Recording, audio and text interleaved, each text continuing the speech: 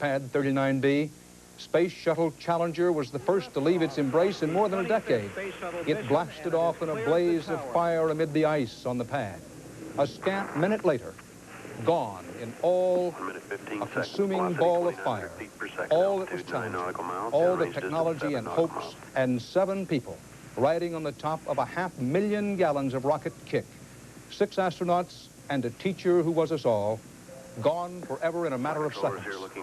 Hours later, national mourning and a national eulogy from the president. For the manner in which they lived their lives. We will never forget them, nor the last time we saw them this morning, as they prepared for their journey and waved goodbye and slipped the surly bonds of earth to touch the face of God. This is a CBS News special report. Disaster in space. Reporting from CBS News headquarters in New York, here is Dan Rather. It was there for all to see. Open, above board, almost routine. Another space shuttle launch. So many saw it happen. So little is still known tonight about why it happened. Tonight, the search planes and desperate rescue helicopter crews that had looked for signs of survivors all day in vain, tonight they were recalled. They will start again at first light. Ships are still crisscrossing off the coast of Florida. All they have found in the cold Atlantic is small debris from the once mighty Challenger. The largest pieces of that debris, no bigger than 2 feet wide and under 10 feet long. That is all that remains tonight of 7 hero pioneers and tons of high tech. Some of America's best and brightest young people, some of the most complex machinery and electrical apparatus in the history of humankind. It happened at Challenger's moment of full thrust, point of highest stress, where metal meets air at 2,000 miles an hour. It happened in real time before noon, a slow-motion horror for all who watched.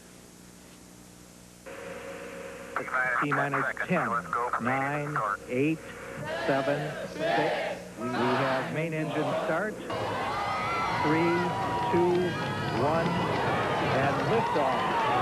Liftoff. And it has cleared the tower. The president, like all Americans, watched this on television. The future doesn't belong to the faint-hearted. It belongs to the brave. Challenger, go with throttle up. Roger, go with throttle up. Obviously a major malfunction. We have a report from the flight dynamics officer that the vehicle has exploded.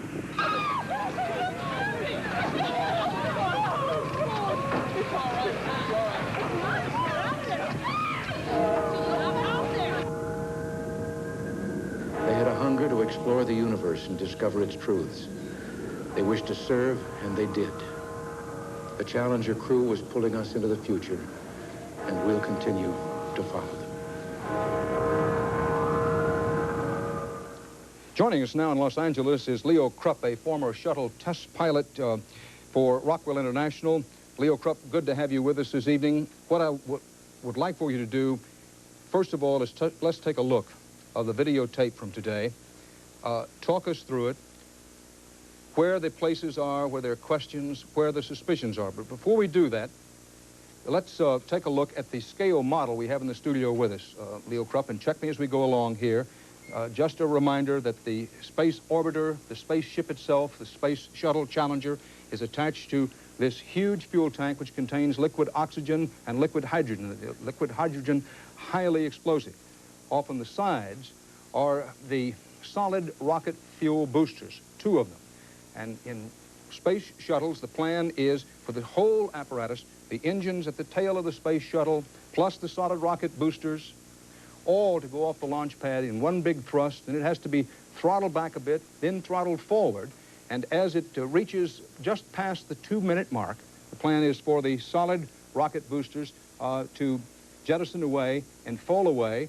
The space shuttle, with its engines down here, continues on up using the fuel out of this tank on upward towards space, and eventually the big fuel tank itself drops off, leaving the shuttle to orbit the Earth. Now, that's the way it has worked in the past. Now, Leo Krupp, I want to remind you, if I may, or perhaps point out to you if you had a chance to read it, that the United Press International says tonight that speculation about what caused the Space Challenger to explode shortly after takeoff Tuesday focuses primarily on the spacecraft's large fuel tank but NASA officials declined comment on what may have triggered the blast. Now, with that in mind, let's try to take a look now at the videotape of the blast-off today. Leo, as we wait for the videotape to get completely down to the point where we want to take it up, had you heard that speculation about the suspicion area focusing on the main tank? Well, there's no doubt, Dan, that the main tank was the explosion, the fuel for the explosion, and what triggered it, I think, is conjecture right now until NASA has a chance to look at all the items. There were some suspicious flame patterns around the nozzle area of the left, what appeared to be the left solid rocket booster, and that could have been the ignition source, but I'm sure that everybody agrees the fuel for the explosion came from the main tanks, from the external tank. Well, let's take a look now at the videotape and have you talk it through us, emphasizing as we go through this that there may be many theories and many hypotheses, but no one at this hour actually knows what happened. This was the scene at the launch site. 7, 6. We have main engine start. 4, 3, 2, 1, and liftoff. Liftoff of the everything in the launch looked perfectly normal up to the point when he was going through max dynamic pressure, and this camera angle will be looking up the stern or up the tailpipe of the vehicle as it gets up, so you can't really see too much. But just as he goes through the max dynamic pressure region where he throttles his engines back, the 3 main engines back to 65%, and then he throttles them back up to 104 after he's through this area, the camera will switch from the stern view to a side view. And when it switches to the side view is when you can see the first thing that looks abnormal, and those are some little what appear to be flame leaks around the aft end of the left booster, which is the one closest to you as you're viewing this. Now, we're just about to see that, I think, Leo Krupp, in a few seconds. Okay, as we switch to the side view, just watch toward the aft end of the solid rocket booster, and you'll see some little flame patterns come out, and those appear to be the ignition source. There you can see them, and there's no doubt the fuel for the explosion came from the external tank. But the question is what caused it, and NASA, I'm sure, will have an answer for this after they recover all the debris and look at all the data.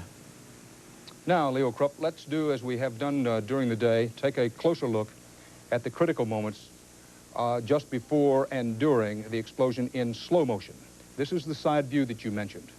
Okay, you can see the little flame leaks coming back there now, just forward of the nozzle. And you'll see one that impinges, jumps up forward and impinges up on the belly of the vehicle up near where the umbilical from the external tank right there, and that provided the ignition source which resulted in the catastrophic explosion. Leo Krupp, former shuttle test pilot for Rockwell International. So our viewers and listeners can understand the area in which you called attention as one of the suspicion areas, while emphasizing all the way through that nobody actually can know what happened and why. What you were talking about, Leo, is was this area, this being the solid rocket booster on the left side from the pilot's position in the capsule. Right down in here is where you first saw those flashes. That was the first thing that looked out of the ordinary or abnormal about the flight. Up to that point, everything looked perfectly nominal. It looked like a perfect launch. And then, very quickly, there was a brighter flame a little further up on what appeared to be the area of the main fuel tank, that is the liquid fuel tank, liquid oxygen and liquid hydrogen, and then very quickly the massive fireball explosion. That's right, and it appeared that this happened so rapidly that the crew did not have any time to react. There is a provision for the crew to do a fast separation. If they know something is amiss in a solid rocket booster or the tank, they can do what we call a fast separation, and they can separate the shuttle from that package. But this occurred so rapidly that it appeared that the crew did not have any time to react at all to the pending disaster. Leo, on our model, what you're talking about, there is a provision where if the commander and pilot have an indication in time, if they can quickly separate just the space orbiter itself away from all the fuel, but there's no indication anywhere at any time today that they had even a second or two to do that. No indication at all. The other thing we want to mention is the large fuel tank, the one that United Press International says is the focus of the investigation as it begins as to where the explosion may have started. That massive external fuel tank is manufactured by Martin Marietta Aerospace in Louisiana. It contained 500,000 gallons of highly explosive fuel. The fuel is the most explosive element in the whole system, but we emphasize that nobody at Martin Marietta Aerospace or with NASA is saying that the explosion actually began in this tank. They simply do not know. Thank you very much, Leo Krupp in Los Angeles. We want to go now to Houston, where our old friend, astronaut Alan Bean, former astronaut and present artist and painter Alan Bean, who flew on both the Apollo and Skylab missions. It's tough, I know, but Alan Bean, what runs through your mind as you watch the launch, having been there yourself? And if I may, I'm particularly interested in, based on your experience, what was happening to the crew members minute by minute from the seconds before launch right on through this disaster. Well, Dan, from the time you get in up till about 15 minutes, you've got a fairly leisurely pace, and so you're thinking about the launch and you're thinking about how the mission's going to go. When it gets to be about 15 minutes to launch, things start to pick up speed, and you begin to just concentrate on your gauge readings, what the ground's telling you, and getting ready for the launch. At launch time, when the main engines ignite, you're watching the instruments. You're not thinking about anything except, what is it that I'm seeing? Is this right? And if it isn't right, what do I do? And that kind of mental attitude continues all the way through launch. So I feel fairly certain that the crew members, all during the first minute or minute and a half of launch, were looking at their gauges, listening to Houston and thinking, it's going well, everything's going good, everything's going just like we hoped it would go. And my feeling personally is that is what they thought all the time.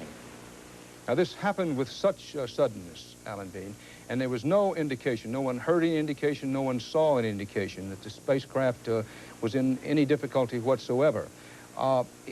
Things happened so quickly in there. We're talking about seconds, and in some cases nanoseconds. Speculation pure and simple, but would the commander and the pilot have had a gauge indication that something was wrong? One of the things that you do when you design spaceships, of course, is you try to design them so they never fail, and that doesn't work. So if that doesn't work, then you say, what parts could possibly fail? Maybe a computer. Okay, we'll put 5 of them on board. How about the external tank? Well, we can't put 5 of those on board. They're too big. We better build the one we have and make sure it works. Don't bother putting a lot of instrumentation on there, because if something does go wrong, there's nothing you can do anyway. So I feel that if it was a failure of the external tank or the solid rocket booster up in the middle of it somewhere, like Leo was talking about, that there's no instrumentation there that the crew can readily get an indication that something's going wrong. So from their point of view, from their perspective, everything looks good. There were no ejection seats in this space shuttle. There were in some of the very earliest of the space shuttle flights. There were ejection seats in the crew area, but none in this one today. No, Dan, and my personal feeling as a result of what I just said is, even if this had been the first flight of the space shuttle, where John Young and Bob Crippen with ejection seats, that this kind of failure happened so fast and apparently with no warning, that they wouldn't have been able to use them. This kind of catastrophe is not what the seats are designed for. This is a catastrophe that just cannot be allowed to happen. In this case, of course, it did, and the engineers are going to have to go back and take a look, because this there is no crew member recourse for this kind of failure. Inside the cockpit of the space capsule, is there flame-resistant, flame-retardant material in there? There is, but there's nothing that could absorb the energy that is in either the solid rocket boosters. Looks like neither of them came apart, because we could see them after the explosion, but there's certainly nothing in there that could absorb the force of an explosion of the hydrogen and oxygen that's in the tank. Nor, I might add, when this occurs, the shuttle would be put at a strange attitude relative to the air. It's going 2,000 miles an hour, as you pointed out, maximum airflow, maximum airspeed. the shuttle would come apart. It just can't be built for those kinds of forces. This kind of failure cannot be allowed to occur when you design a spaceship. It's that simple. And there's every indication today that it exploded in that great fireball almost instantly. Alan Beam, yes. Thank you very much for being with us this evening. The 7-member crew of Space Shuttle Challenger was varied from different backgrounds with different training. But as Bruce Hall reports, what these heroes shared was the pursuit of excellence. And then it was going to be Krista McAuliffe's flight. The 37-year-old Concord, New Hampshire schoolteacher, married, mother of 2, had captured the attention of the nation. She was going to be the first private citizen, not connected in any way to the space program, to be given a ride on the shuttle. She was picked from more than 11,000 teacher applicants and was fiercely proud of representing her profession. I feel a great responsibility and excitement this year that I'm representing my profession. Shuttle Commander Francis Dick Scobie was happy to be part of the teacher mission. His wife is a prominent educator, and he believed the space program needed the involvement of teachers and children. He was a space veteran who had flown aboard the Challenger in April 1984, and before leaving, he told friends that the future of mankind depended on flights like this to outer space. We have to expand into outer space to keep our hands on the resources we need to make the human race survive. So I think it's our survival eventually. The pilot was 40-year-old Mike Smith, a Navy commander and veteran of Vietnam. It was his first flight, and safety was his primary concern. My primary interest is to make sure that we get up and back safely. 36-year-old Judy Resnick was the second American woman to go in space, flying aboard the Challenger in August '84. She was a classical pianist and had a PhD in electrical engineering. A research scientist, she was the only one aboard who was single. Ellison Onizuka and Ron McNair had gone through special training so they could take a walk in space to fix any emergencies that might occur aboard the shuttle. It was Onizuka's second flight. He was an aerospace engineer and a pilot who had spent much of his career teaching other pilots at the elite test pilot school. 36-year-old McNair had a PhD from Massachusetts Institute of Technology and was an expert in the field of lasers. It was his second trip into space. 41-year-old Greg Jarvis was overjoyed to finally get aboard the shuttle. He had been bumped twice, first by Senator Jake Garn and later by Congressman Bill Nelson. It was his first flight, but he was the one who tried to relieve the pressure on the others. It was his idea to take Krista McAuliffe for a bike ride when she became restless following Sunday's postponement. It was a crew doing what they know best, a crew doing what they wanted to do in life. Bruce Hall, CBS News. As Bruce Hall mentioned, Senator Jake Garn, Cactus Jake Garn of Utah, flew in a shuttle mission. He was the senator who flew in one of the shuttle missions, followed, of course, by a member of the House of Representatives. And Senator Garn has just returned from talking to the families at the Kennedy Space Center in Florida. He's been kind enough to take a moment or two at Andrews Air Force Base in suburban Maryland, just outside of Washington, D.C., to talk with us. Senator Garn, is there anything that you got from the families? Did they say anything to you that you feel you can or want to pass along? Well, I was fortunate enough to go with the Vice President and Senator John Glenn to visit with the families. And obviously, it was a very difficult meeting. You always feel inadequate and not knowing exactly what to say to try and comfort the families. The thing that I was so impressed with is Mrs. Scobie, the commander's wife, stood up when we came in and said, "Mr. Vice President and Senators, I think I speak for all of the families here that we want you to know that we want the space program to continue. We don't want it delayed. We know that our loved ones would want it to continue, and as tragic an accident as this has been, and as sad as it is, don't let it stop the space program." It was very, very touching and very difficult for us. As any of us who've known them knows, Senator Garn, and as Tom Wolfe wrote so eloquently in his book, The Right Stuff, being a pilot's wife, a military pilot's wife, who some of these women had been for a very long time, is trying under the best of circumstances, to say nothing of circumstances in which your husband and the father of your children is going to ride a machine such as one of these space shuttles. You made that trip once. At about the 1 minute and 12 or 15 second mark, do you remember what you were thinking? on your flight? Well, during that period of time, the solid rocket boosters burned for 2 minutes, and it's very rough and it's very noisy. And so you, thinking how exciting it is, how wonderful it is within a few more minutes, about another 6 minutes, you're going to be in orbit and be able to look back at the Earth. And when the 2 minutes are over, it dramatically smooths down. So you're relieved to get rid of the solid rocket boosters. They were about halfway to that point. I'm sure they were extremely excited, ecstatic about getting into space after being delayed a couple of days. I'm sure they were very happy and very excited at that point and thinking about what a wonderful, fantastic experience it would be in just a few minutes to be orbiting the Earth. Senator Garn, do you remember what you saw and what you heard at that moment? Were you praying? Did you have your eyes open or closed? What did you see and feel and hear? Well, at that moment, again, you're halfway through the solid rocket booster burn. As I remember, Charlie Walker, who was sitting next to me in the mid-deck, were clapping and shaking hands because we came within only 55 seconds of being canceled. And that was all we had left in our flight window for that morning. So we were cheering and clapping and shaking hands about that point into the flight. Senator Garn, thank you very much for being with us this evening. I trust that you passed along, you and Vice President Bush, the respect, honor, and sympathy of the nation to those families. Thank you for being with us. Thank you. We did.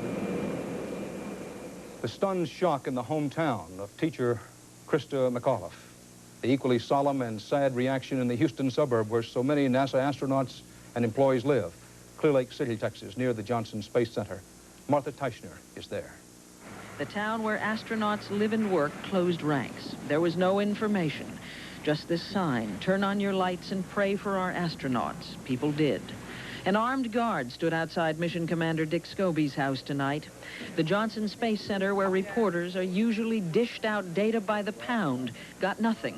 There were no news releases, no interviews. Nobody connected with the Space Shuttle was allowed to talk. A stunning, staggering silence was NASA's response to the tragedy that was inevitable someday. From those terrible minutes just after the launch, as the technicians who worked with the crew helped them in and out of their simulators, called them by their first names, realized what had happened. There was a compulsion to be near a television, to see the explosion replayed over and over. Tourists stood near NASA workers, their faces full of their feelings. 7 people snuffed, and the only thing good you can say about it is that they didn't feel it. But when you saw it, it totally was engulfed. My God, what a sight. One by one, the flags up and down NASA Road 1 were lowered to half-mast, and people stared at them, disbelieving. The walls at PT's restaurant are covered with pictures of astronauts, including 3 members of the Shuttle Challenger's dead crew. No astronauts came in tonight for dinner or happy hour. Well, it just doesn't seem possible that they never come in here again. So far, mourning has been an individual matter. Here, where astronauts live and work, it is everybody's tragedy. Martha Teichner, CBS News, Clear Lake City, Texas. This horrible tragedy, this moment so vividly burned in our minds, it is one of those events that many of us are likely never to forget. Even now, many hours after we first saw that horrific ball of flame, it is hard to believe it happened at all. Bernard Goldberg looks at America's reaction to the deaths of 7 of our own. T-minus 15 seconds. In the American mind, it had become routine, all those successful launches. In reality, of course, it never was routine, not for all the Americans who would watch close up, and certainly not for the people who would ride the shuttle into space. No, it never was routine, and at 11:39 Eastern Standard Time this morning, the proof exploded before our eyes. You just can't believe that something like that has happened initially, and then when it sinks in, you know, it's just like, you know, losing a member of your family. Today, our shock turns to sadness. We salute those who risked and gave their lives to serve our country at the last great frontier. And in the small towns around the Cape, this American tragedy was a community tragedy as well. This community has been a part of the Space Center and its progress. We've shared the joys. Certainly today, we've shared a great tragedy. I was a school teacher myself for 31 and a half years, and I taught the age that she left, and it really touched my heart. I have grandchildren the same age. I was at first shocked because I didn't know what had happened and thought it was a dream that you'd wake up out of. They were pioneers with high hopes and old-fashioned courage. They made it look like fun. So, in the American mind, it was becoming routine. Of course, it never was. This is Bernard Goldberg. President Reagan had planned to deliver his State of the Union speech tonight, and at one point today, the president said he was going ahead with it, but he quickly changed his mind just a bit later, and instead, as Leslie Stahl tells us, he scrapped the State of the Union speech, postponed it until next week for a special address today to a nation in a state of shock. President Reagan ordered all flags on public buildings flown at half-staff, proclaiming a week of national mourning, leading the country in what he called our pain. The president said, "I just can't rid myself of the thought of the sacrifice and the families."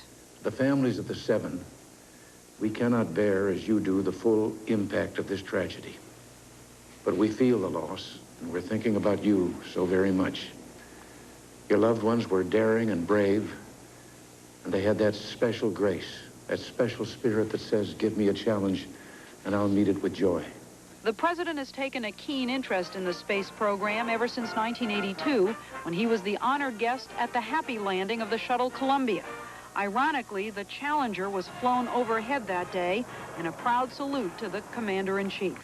Despite the sorrow of today's tragedy, the president said the program will go on. There will be more shuttle flights and more shuttle crews, and yes, more volunteers, more civilians, more teachers in space. Nothing ends here. Our hopes and our journeys continue. It was President Reagan's idea to send civilians into space and to make a teacher the first. He spoke to the teacher finalists in June. When one of you blasts off from Cape Kennedy next January, you will be representing that hope and opportunity and possibility. You will be the emissary to the next generation of American heroes. The President and Mrs. Reagan are here tonight at home, Mr. Reagan having postponed his upbeat State of the Union address. At first, he said he was going to go ahead with the speech because, and I quote, "You can't stop governing the nation because of a tragedy of this kind." But then after congressmen, Republicans and Democrats urged a cancellation, it was finally decided that the budget was not what most Americans want to hear about tonight. This is Leslie Stahl at the White House. From the great Atlantic Ocean to the wide Pacific shore, a nation mourns 7 heroes. From New Hampshire to Florida to Texas and beyond, they saw a space shuttle explode into smithereens. 7 lives lost just like that. The danger of space flight is real. That was real fire, real flames, and real death. But says President Reagan, we will continue our quest in space. Is it worth the risk? Has the space program come too far, too fast?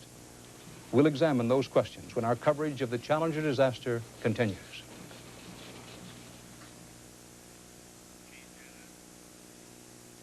This is CBS. No matter how you dress up a burger deal, it's still just a burger and fries. Introducing the Grande Meal Deal from Taco Bell. It's a real meal. 2 tantalizing entrees, a medium drink, and dessert. All for $2.89. Choose from 3 delicious combinations. After all, which would you rather have? More exciting burger box? Or more exciting food? Grande Meal Deals, now at Taco Bell. I'll never forget Mexico. The beauty, the warmth of the sun, and things even warmer. You'll feel it from everyone. Feel the warmth of Mexico, where the people will warm you as much as the sun. Feel the warmth of Mexico. Once you feel the warmth of Mexico, it's so hard to say goodbye. Feel the warmth of Mexico. Meet the Hulk, Thursday at 7:30. A CBS News special report, Disaster in Space, continues. Here again is Dan Rather. It has been in recent years so easy to think of the space program as so many comfortable bus rides by technocrats so easy to forget that our astronauts were adventurers, as much as the Argonauts of Greek myth, as much as Sir Francis Drake and Lindbergh, adventurers riding a pillar of flame. And though the 2.5 decades of manned space flight, there have been moments of terror and death. Almost exactly 19 years ago, January 27, 1967, a confident astronaut crew, Virgil Gus Grissom, Edward White, and Roger Chaffee, they met death when fire swept their Apollo 1 command module during a ground test. In 1970, astronaut James Lovell floated in weightlessness, but then Apollo 13 exploded on the way to the moon.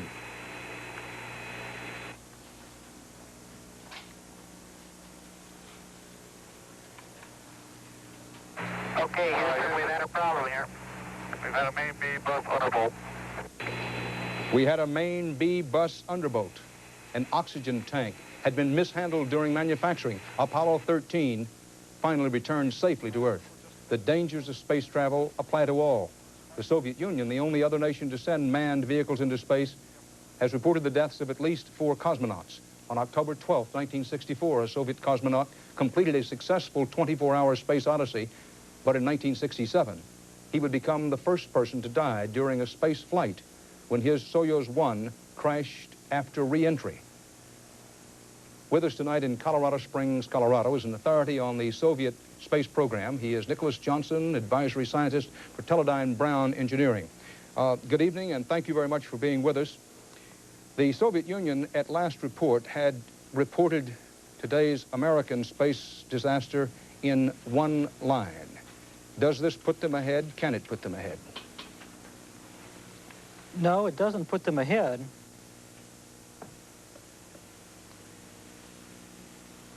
And how much do we know about the Soviet accidents over the years? Now, I mentioned that I know we're having some audio problems there, and we hope those get cleared up for you. That the Soviets have reported the deaths of 4 cosmonauts, but you and others have written that there's some reason to believe that they've had more accidents than they've been willing to make public. Well, we only understand that they've had 4 actual fatalities on 2 different missions about 4 years apart, the first in '67 and the second in 1971. But at 4-year intervals, there have been 3 other near-fatal accidents, the last occurring in September 1983, when 2 cosmonauts almost suffered an identical fate to what happened today. The Soviets have favored unmanned space exploration, have they not? Well, they've accomplished many things with manned space flight, to make no mistake about it, but they've favored unmanned exploration. Well, if you look at the ledger, then certainly they have launched more unmanned spacecraft than we have. But they've also launched more manned spacecraft, so percentage-wise, it's pretty much equal. They don't use the same kind of propulsion system that we do for launch and getting into orbit, though. No, they don't use the more exotic liquid hydrogen, liquid oxygen. They simply use liquid oxygen and kerosene, which dates back to the V-2 rockets of World War II. To have it clearly understood, the V-2 rockets used more solid rocket fuel. Go ahead. No, they were liquid fuels, but they were simply kerosene and oxygen, and not liquid hydrogen and liquid oxygen. And the technique, the knowledge of how to use liquid oxygen and liquid hydrogen as we do in getting our space shuttles into orbit, the Soviets have that technology and know-how, or they don't, or we don't know. They have never demonstrated it, but we believe they're working on 3 new vehicles, one very similar to the Space Shuttle, which will use exactly the same technique. Mr. Johnson, when I asked you the question at the beginning where you had some trouble hearing whether this could put the Soviets ahead, you study the Soviet space program very closely, and you have for a long time. It's always hard to make a comparison, but obviously, clearly, this is going to set back the U.S. space program. And what advantage will that be to the Soviets? Are they in a position to take special advantage of that? I don't think it will give them advantages because we're not traveling the same path in space right now. They are concentrating on manned occupation of low-altitude satellites. For the last 6 years, they've occupied that station for about half of each year. What we have been doing recently is simply deploying satellites and gaining new experience, which we lost in the late 70s. I don't think that this actually gives the Soviets an advantage. They're simply applying their techniques in a different manner. Mr. Johnson, we want to move on to other coverage, but why have the Soviets never put a man on the moon? They tried for a long while. Well, I think what happened, they were running very close behind us in 1968. And when we were successful with Apollo 8 around the moon in December of that year, then their program, which was a little bit farther behind, simply got canceled because they could not catch up quickly enough. Thank you very much, Nicholas Johnson, Advisory Scientist for Teledyne Brown Engineering. The Space Shuttle, a truck, a kind of flying workhorse, reusable and lately used for the first few times as part of the U.S. military space program. This brought something brand new to the whole Space Shuttle program, secrecy and news blackouts about U.S. military payloads. CBS News Defense Department correspondent David Martin reports it's no secret the Pentagon is no fan of the shuttle, now more than ever. Later this year, the Space Shuttle Challenger was to have carried a top-secret military payload into space, one of 5 military missions scheduled for the Space Shuttle this year. Now the Challenger is no more, now that all shuttle flights are grounded indefinitely, Pentagon officials are scrambling to determine just what effect today's tragedy will have on the military's race into space. The Pentagon is counting on the shuttle to carry vital communications and intelligence satellites, as well as Star Wars experiments, into space. By the 1990s, officials foresee a need for 24 military space launches a year, more if a Star Wars defense against Soviet missiles is actually deployed. With that kind of schedule, the Air Force already has warned that if one of the shuttles were to be lost, quote, we could never catch up. We have main engine start. We have a cutoff. Even before today's catastrophe, there were increasing doubts about NASA's ability to meet the Pentagon's space needs. So the Air Force is hedging its bets by building new rockets to back up the shuttle. The first of the new rockets will not be ready until 1988. By then, the Air Force will have run out of these older Titan rockets, which it currently uses. Now it appears the Air Force will run out much sooner, as the rockets are used to fill the void left by the loss of Challenger. Officials say some of the damage to the military space program can be limited by the fact that the Pentagon has the power to bump scientific and commercial payloads from the shuttle. One way or another, Pentagon officials say they will figure a way to get all their satellites and experiments into space. But today's disaster will almost certainly add billions to the cost. This is David Martin at the Pentagon. This is the 25th year of manned space exploration, just 25 years. A mere speck of time, really. And we've gone from brief space flights to short turnaround space shuttles. We launch satellites and walk in space so routinely. But are we pushing the limit? Should we slow down? Joining us again from the Johnson Space Center near Houston is former astronaut Alan Bean. Also in our Washington CBS News studio, Congressman Mervyn Dimely, head of the Congressional Space and Technology Caucus, and here in New York, Myron Malkin, a former director of the Space Shuttle program. Gentlemen, what about it? Are we pushing the limit, and should we slow down? First, former astronaut Alan Bean. Dan, I don't think so. I think one of the things that I've noticed in NASA all the time I was there, some 18 years, was that they never compromised safety. They never pushed too hard because of cost.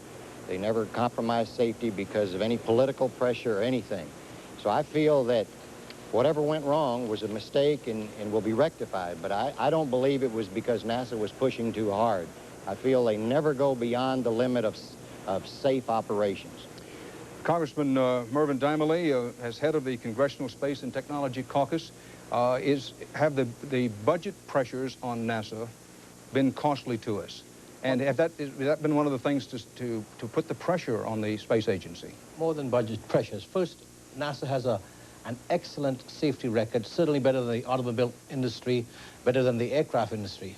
However, as your Pentagon correspondent just commented, NASA is under great pressure from the military, great pressure from the Congress, from the administration, from the private sector, and from the insurance industries. This accident will, of course, increase insurance rates, and that's a pressure. And we are under pressure from possible competition from a consortium in Europe. So NASA is under great pressure from a number of sources to make these explorations profitable or self-supporting. And therefore, as a result of that, they have to meet a very rigid schedule. Any interruption in that schedule throws the whole NASA program back. And I believe that the time has come for us to just step back just a minute and reorder our schedule priorities and try to slow down the program just a little bit. You're not recommending, or are you, any reduction in NASA's budget? You're saying let up a little on the schedule. Indeed. In fact, NASA has done very well. Over the last 5 years, they've had a net increase in their budget. I believe that they're doing an excellent job. I think, however, the schedule is too much like the Washington, D.C., New York shuttle run. Myron Malkin here in New York, former director of the Space Shuttle program. Your view, an overview, and as objectively as you can, have we been moving too fast? Have the pressures been too great on the Space Shuttle schedule? No, I don't believe that we're moving too fast. I agree with Alan Bean that the primary issue in NASA has always been safety, and the shuttle is designed with that thought in mind. The exact cause of of the disaster today has yet to be determined. It's necessary to keep moving forward, and I don't believe that we've compromised safety in any way at the present pace. The shuttle program has been set up, and the manufacturing facilities and launch facilities have been constructed with schedule in mind as we proceeded forward, and I think they're adequate to do that. Astronaut Alan Bean, what about this report today? We're talking about safety and whether the pressure on NASA to get these launches, particularly after they've been delayed a time or two, up there and out there and move on to the next one. When you were an astronaut, if someone had told you that there were icicles forming on the bottom of the spaceship, as happened this morning, would you have been concerned about that, even if NASA said, well, we've looked it over and we've delayed for 2 hours? Would that have been of concern to you? If someone mentioned it, I would say to myself, I wonder what having icicles on there means. And I would say, I know that back in Launch Control Center, they're checking with the experts on icicles, if you will, to see what he thinks, or the team that's concerned with temperature or the environment around the spacecraft and the booster. And I would feel confident if they came back to me and said, icicles are okay, that they said that from a position of knowledge, testing, study. They didn't just look out the window and say, it ought to be okay, I think it's okay. They would have had data to prove it's okay, or they wouldn't have gone. They'd have said, let's don't go, we'll do some testing and go some other day. And what about the report that over the weekend that one of the cranes that was helping to set up the shuttle launch accidentally bumped into one of the fuel tanks? Now, Mr. Moore, the current director of the Space Center, this afternoon when asked that question said, well, yes, in effect that happened, but we checked it out and we think everything was okay. Would that have been of concern to you? No, because once again, Mr. Moore has his own integrity, plus the integrity of his team behind him. Believe me, NASA operates as a close-knit family, like you said earlier in this program. And nobody is going to let anything go by that they feel is a safety consideration. Things that have bitten us before in the space program are things that we didn't know. We thought we knew, and then they were wrong. We've never had a failure that I know of in the space program where people stood up and said, this needs to be fixed, it's going to be a failure later on, something's going to break, this is going to blow up. If they ever say that, we go study the problem and we solve it, and we make sure finally that everybody agrees it's safe. So if you take a look back in the history of the space program, you'll find that things that have hurt us in the past have been things that we all agreed were okay, and we found out later we'd made a mistake. So I feel that that's what's going to happen here, that it's not going to be something anybody knows about at this moment. Congressman Dimely, what about this business of allowing civilians, politicians, school teachers, and journalists? School teacher Krista McAuliffe, we all admire, we all thrilled with her when she was chosen. But as we step back and look at it, has that been premature, as former astronaut Frank Borman suggested at one time today?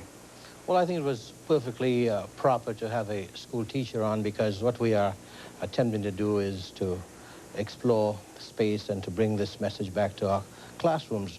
The whole question of whether politicians ought to go reminds me very much about the media hype we witnessed for the Super Bowl. I don't think it is necessary for politicians to go up. I think scientists, of course, should go up, and a teacher, in fact, is a scientist in his or her classroom. So I think that's a proper role for a teacher.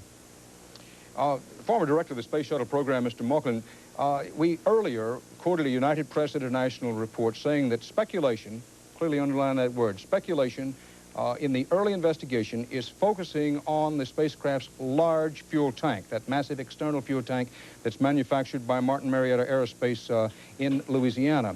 Do you have any information on your own that would indicate that's true? And whether you do or not, what checks are made on these contractors for quality control?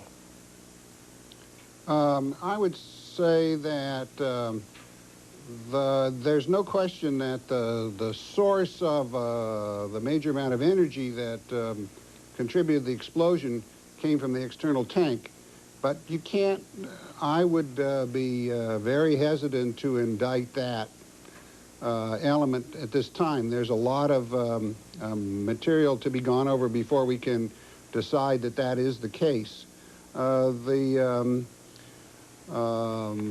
earlier suggestion that was showing up in the films about those little flashes from apparently coming from the solid rocket booster have to be examined very carefully to determine whether or not those are the cause. As to the quality, the control that goes into making the external tank, that's a welded aluminum structure. And there's about 1 kilometer of weld in that tank. All the joints are X-rayed, and early on in the program, they were getting to a place where there was, I think, less than an inch of weld that had to be reworked. So I would not think that that could be a problem. We have to really wait for all the data to be examined to get a better idea of what's really happened. Mr. Malkin, we know that we've had quality control programs in things such as nuclear submarines, welds that are not exactly and precisely made. And there have been many complaints about the decline of craftsmanship and quality in the manufacture of American weaponry and things such as submarines and space shuttles. Now, surely you faced that when you were in your job as the director of the Space Shuttle program. There is always quality issues that are dealt with, and you cannot say that everything is perfect. But the procedures that are in place to detect those things are excellent. I can't be categorically say that it was not the tank, but it's a relatively passive part of the shuttle itself. It stores a lot of energy, but not a lot is going on inside the tank. The things that are going on that are very active and is in the solid rocket boosters and in the main engines. And so that's a place that everything will be examined. That's one of the places that I'm sure will be examined very carefully. Alan Bean, when astronauts get together to talk, do they discuss the possibility that someone who made a weld or someone who put a bolt in place might have been out late the night before, or might have been somebody's brother-in-law and got the job that way? Surely that must be a real and present fear with the astronauts. Well, we talk about it. We wonder if the people that sewed the parachutes, for example, all worked well, that they did the weld, everything else. And NASA managers, like Mr. Malkin talked about it, they know that too. They know people do have off days. And so we've had to set up a system of check and balances in the space program to take that into account. For example, someone does the job, then you have an inspector at that point, and then you have another inspector. Then all three people agree that is, let's say the weld is done properly. Then you take it down to the Cape and you assemble it. You have inspectors, once again, more than one, to look at it, say that it's okay. Then you get it on the launch pad and then you test it. You put pressure in it. You overpressure it a little bit. You do all these different tests to ensure that the fella 6 months ago or a year ago back at the factory didn't make a mistake. And when these systems of checks and balances are finished, then I think everybody has confidence. I know we as astronauts always had confidence in the hardware. Thank you, Alan Beam. Congressman Dimely, how far, in your opinion, is the American space program set back now? A year, 2 years, less or more than that? I would say less than a year. There's no question in my mind the program must continue, and NASA has suffered a major setback. But I think one has to look at the human factor. To what extent is pressure bringing about these delays? To what extent is pressure causing these technical difficulties? One cannot ignore these human factors, and it seems to me we need to step back a bit and re-examine the whole procedure, the whole scheduling process, which brings stress and brings pressure onto the whole production of the program. Thank you very much, Congressman Dimely, for being with us tonight. In the hometown of Challenger astronaut Ron McNair, Lake City, South Carolina, CBS News correspondent Sandy Gilmore visited the home of Matthew Brown, McNair's former teacher, and they were joined by a former classmate, George Simmons.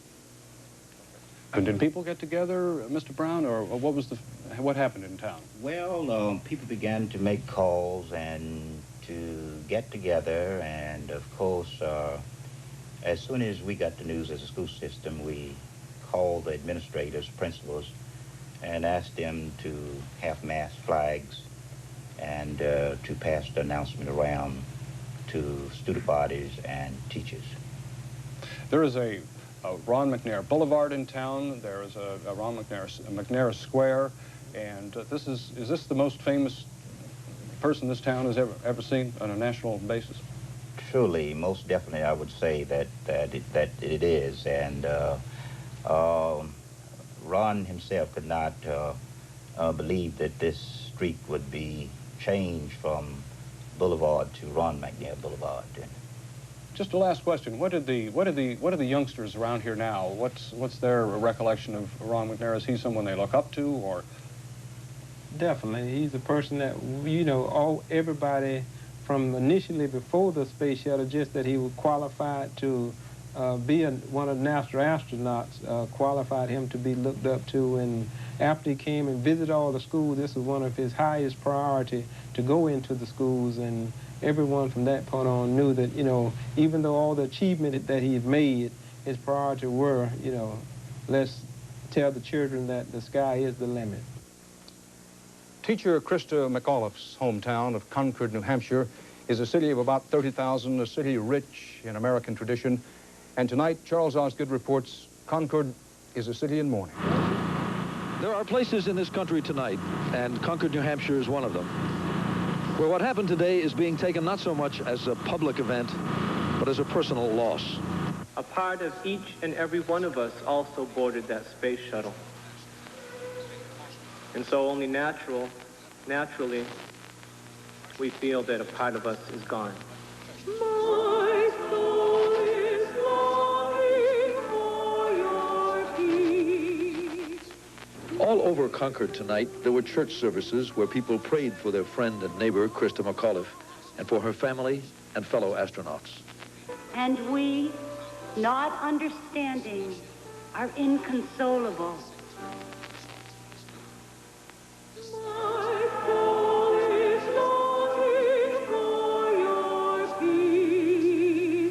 The same thoughts were being expressed everywhere in Concord, in the stores and streets, and on the radio. This one thing was on everyone's mind. Many of us were watching as the craft exploded. Along with the sense of loss, however, is the feeling that this teacher, this warm, compassionate woman, has taught us something, even in death. And others will dare to do more and to take her place because of the example of Krista and those who perished with her today.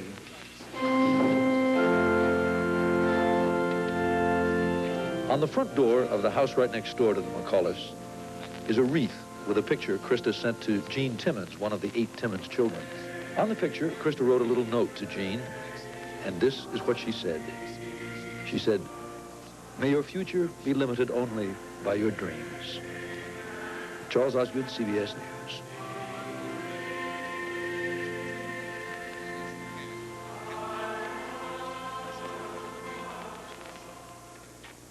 CBS News correspondent Walter Cronkite was present at the creation of the American space age, covering this nation's space program through the sunshine and the showers, from its faltering beginnings through tragedy to the triumph of man on the moon and beyond. He filed this reflection on today's catastrophe from Santiago, Chile. Even in our moment of such deep grief, We must look ahead to the future, for such is the nature of life. There will be, of course, long investigations and examinations of what happened today at Cape Canaveral. The argument will be buttressed for those who have been opposed to manned space flight all along. They'll now add the question of safety to their arguments. And NASA, of course, their engineers will have to look very carefully at what happened today to make sure that it doesn't happen again. Those of us who have watched the development of our space program from the very beginning, long before man first essayed a trip into space, we saw a lot of rockets blow up on the pad, soar into space, and then be destroyed. And I think in the backs of our minds always was locked the fear that someday all that volatile fuel would get loose when man was aboard, as indeed happened today. But America's pride in what it has accomplished in space in more than a quarter of a century of safe manned flight should not be diminished by today's terrible tragedy. We have come a long way in space, and there's still so much to be done out there. There are scientific, industrial, medical bounties to be reaped in space. To diminish what we have done in the past would be to dishonor those who lost their lives in that program on Challenger today. This is Walter Cronkite, CBS News, Santiago, Chile.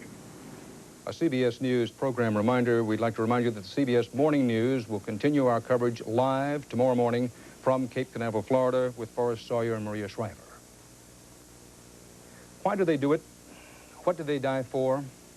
Francis Scobie, spacecraft commander, veteran of a previous Challenger flight. Scobie talked about it in 1984. You have to risk something to gain something, and the risk and the gain are worth it to me.